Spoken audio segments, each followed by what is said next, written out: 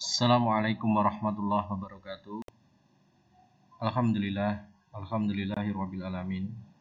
Wassalatu wassalamu ala asrofil anbiya'i wal mursalin wa ala alihi washabihi ajmain, amma ba'du.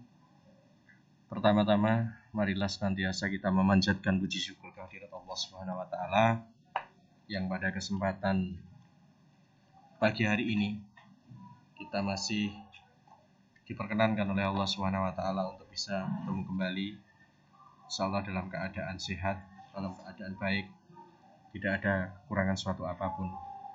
Alhamdulillah, sekali lagi meskipun kita masih dalam suasana pembelajaran jarak jauh, kita masih diberikan berbagai macam kenikmatan yang sehingga dengan kenikmatan yang diberikan oleh Allah kepada kita, sehingga menyebabkan kita bisa memiliki waktu yang longgar, waktu yang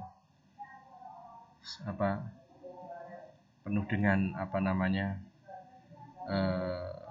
kebahagiaan, waktu yang longgar, yang sehingga kita masih bisa melaksanakan aktivitas kita sehari-hari. Tentunya bagi kalian santri Aliyah Al-Quwa Sukoharjo tentunya memiliki kewajiban-kewajiban yang hendaknya kalian senantiasa harus taati.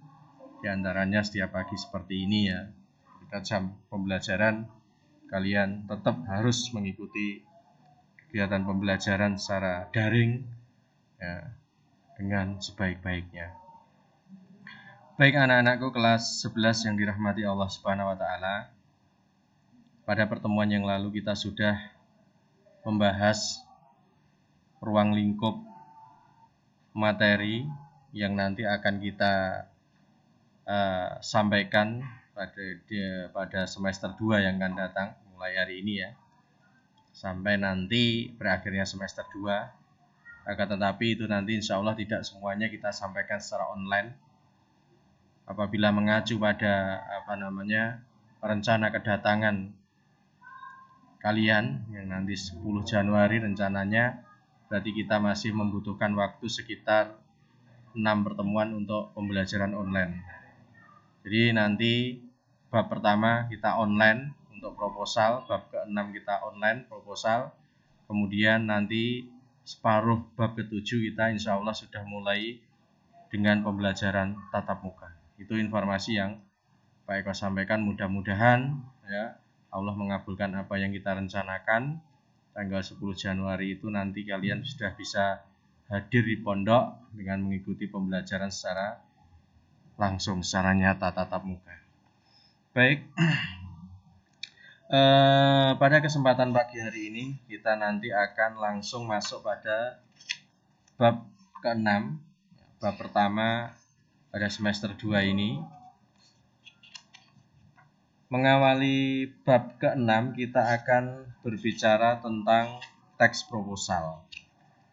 Tentunya ketika kita mendengar materi seperti ini senada dengan apa yang Pak Eko sampaikan dulu, bahwasanya kalian belajar bahasa Indonesia, terkhusus belajar bahasa Indonesia di pondok pesantren itu tidak hanya sekadar kalian itu mampu berbahasa Indonesia.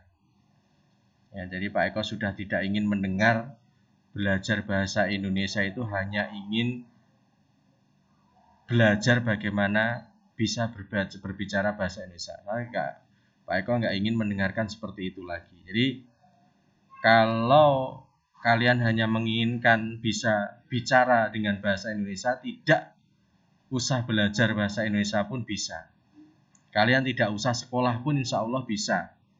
Karena bahasa Indonesia ini sering kita dengarkan dalam kehidupan kita sehari-hari. Akan tetapi lebih jauh dari itu, belajar bahasa Indonesia kalau kalian lihat materi-materi yang ada di dalamnya semuanya adalah ilmu-ilmu terapan. Yang mana kalian dapat menggunakan ilmu tersebut untuk apa? Bisa berkompetisi dengan orang-orang di luar sana. Ya, untuk apa? Untuk memenuhi kebutuhan-kebutuhan yang memang itu dibutuhkan oleh kita selagi kita itu masih hidup di dunia. Ya, contohnya yang akan kita bahas pada kesempatan pagi hari ini yaitu tentang teks proposal. Selagi kalian memiliki keinginan untuk maju, selagi kalian memiliki keinginan untuk bisa bersaing dengan orang-orang di luar sana, selagi kalian menginginkan untuk bisa selalu berinteraksi dengan sesama kalian di luar sana, teks proposal ini adalah salah satu ilmu yang harus kalian kuasai. Ya. Contoh kecilnya saja, ketika kalian menjadi pengurus OSWAH atau pengurus di suatu lembaga, yang namanya proposal itu harusnya sudah tidak asing lagi bagi kalian. Jangan sampai kalian sudah kelas 11 diminta untuk membuat proposal saja kalian menggelengkan kepala. Itu menandakan kalian tidak mampu. Maka dari itu, melalui pembelajaran bahasa Indonesia ini, sekali lagi kalian tidak hanya sekadar bisa ngomong dengan bahasa Indonesia, akan tetapi kalian bisa menerapkan ilmu-ilmu yang ada di dalamnya untuk kehidupan kalian sehari-hari nanti. Baik, mengawali pembicaraan kita tentang proposal, di layar sudah bisa kalian baca sendiri tujuan pembelajaran untuk yang pertama kali ini tentang proposal. Setelah mempelajari materi ini, diharapkan kalian mampu mengidentifikasi informasi penting di dalam sebuah proposal. Artinya, melalui pelajaran pagi hari ini, kalian nanti harus tahu seluk-beluk tentang proposal, hal-hal yang berkaitan dengan proposal. Terkhusus berkaitan dengan pengertian dari proposal, seperti itu. Jadi fokus pada pembahasan kita pagi hari ini hanya itu dulu. Mengenai bagaimana langkah-langkah menyusun proposal, unsur-unsur yang harus ada di dalam proposal itu apa saja, itu nanti akan kita pelajari pada pertemuan-pertemuan yang akan datang. Baik, mungkin ada di antara kalian yang belum pernah membaca atau melihat apa itu proposal. Nah, di sini sudah Pak Eko sampaikan persepsinya ya. Pak Eko baca, hampir setiap orang memiliki sejumlah keinginan yang kemudian dinyatakan dalam suatu program kegiatan. Jadi proposal itu diawali dari sebuah keinginan untuk mewujudkan suatu kegiatan. Program atau rencana kegiatan yang disusun secara sistematis dan diusulkan kepada pihak lain itulah yang disebut dengan proposal. Melihat konteks yang sudah Pak Eko sampaikan di awal tadi, proposal bisa diartikan seperti itu, Ada penyusunannya itu secara sistematis, artinya sesuai dengan aturan-aturan yang ada, tidak boleh membuat proposal dengan seenaknya sendiri. Kemudian dari proposal itu pasti ada tindak lanjut untuk diusulkan kepada pihak lain. Entah itu pihak lain itu secara perseorangan maupun secara kelompok atau lembaga. Itu sedikit pengertian mengenai proposal. Dengan demikian, Pak Eko lanjutkan. Pemahaman kita tentang isi, struktur, dan kaidah kebahasaan yang ada di proposal serta langkah-langkah penyusunannya sangatlah penting.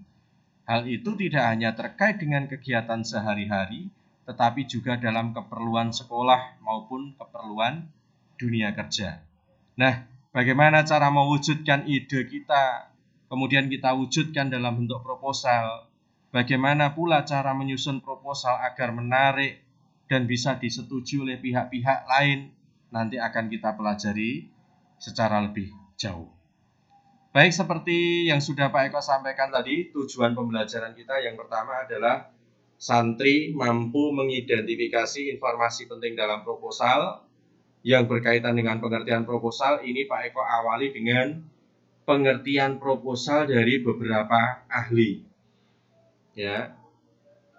Jadi antara ahli yang satu, ahli bahasa satu dengan ahli bahasa lain itu berbeda di dalam memberikan pengertian, memberikan definisi terhadap proposal. Akan tetapi nanti muaranya sama.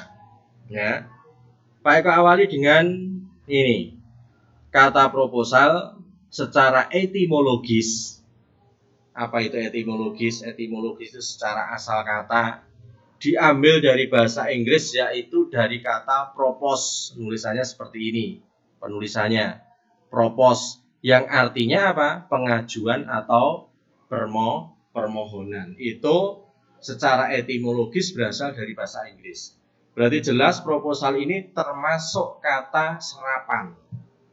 Ya, kata yang ada di dalam bahasa Indonesia yang sudah dibakukan, akan tetapi dulu itu diambilkan dari bahasa asing, propose. Propose menjadi proposal, berarti ini kata serapan dengan mengikuti kaidah apa? Adaptasi.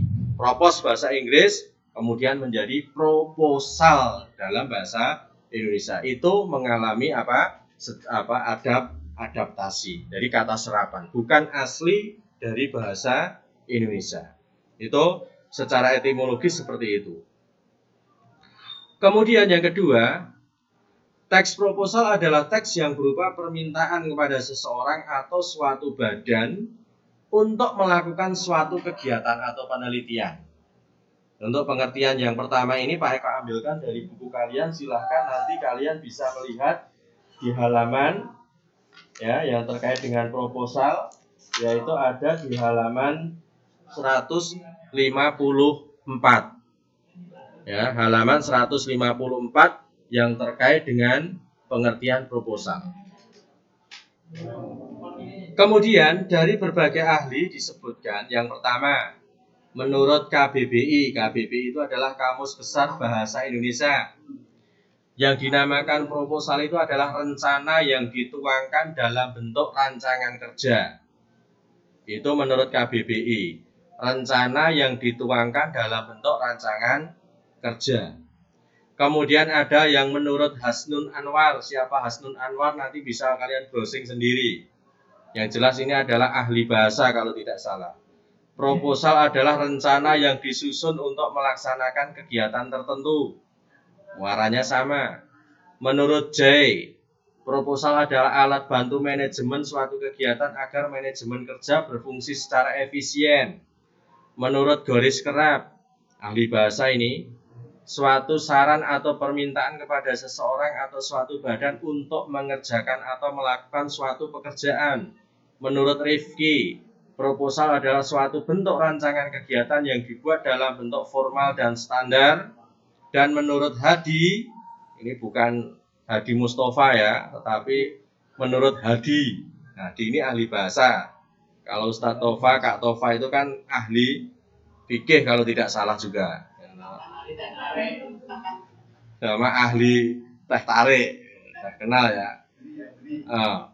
Proposal adalah suatu usulan terstruktur untuk agenda kerjasama bisnis antar lembaga, perusahaan, usulan kegiatan sampai pada pemecahan masalah. Tetapi intinya, meskipun dari berbagai macam ahli tadi menggunakan kalimat atau redaksi yang berbeda, yang terkait dengan definisi proposal, tetapi intinya sama.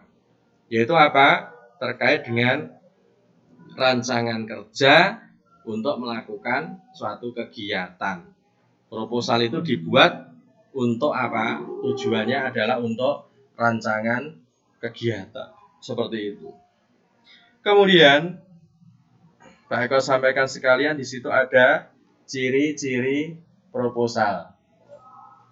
Ciri-ciri proposal, ada pun beberapa ciri yang dimiliki proposal. Yang pertama, proposal dibuat ya bertujuan untuk meringkas kegiatan yang akan dilakukan. Jadi kegiatan-kegiatan yang mungkin dilaksanakan sehari penuh atau 2 hari itu bisa diringkas dalam beberapa lembar saja di dalam proposal.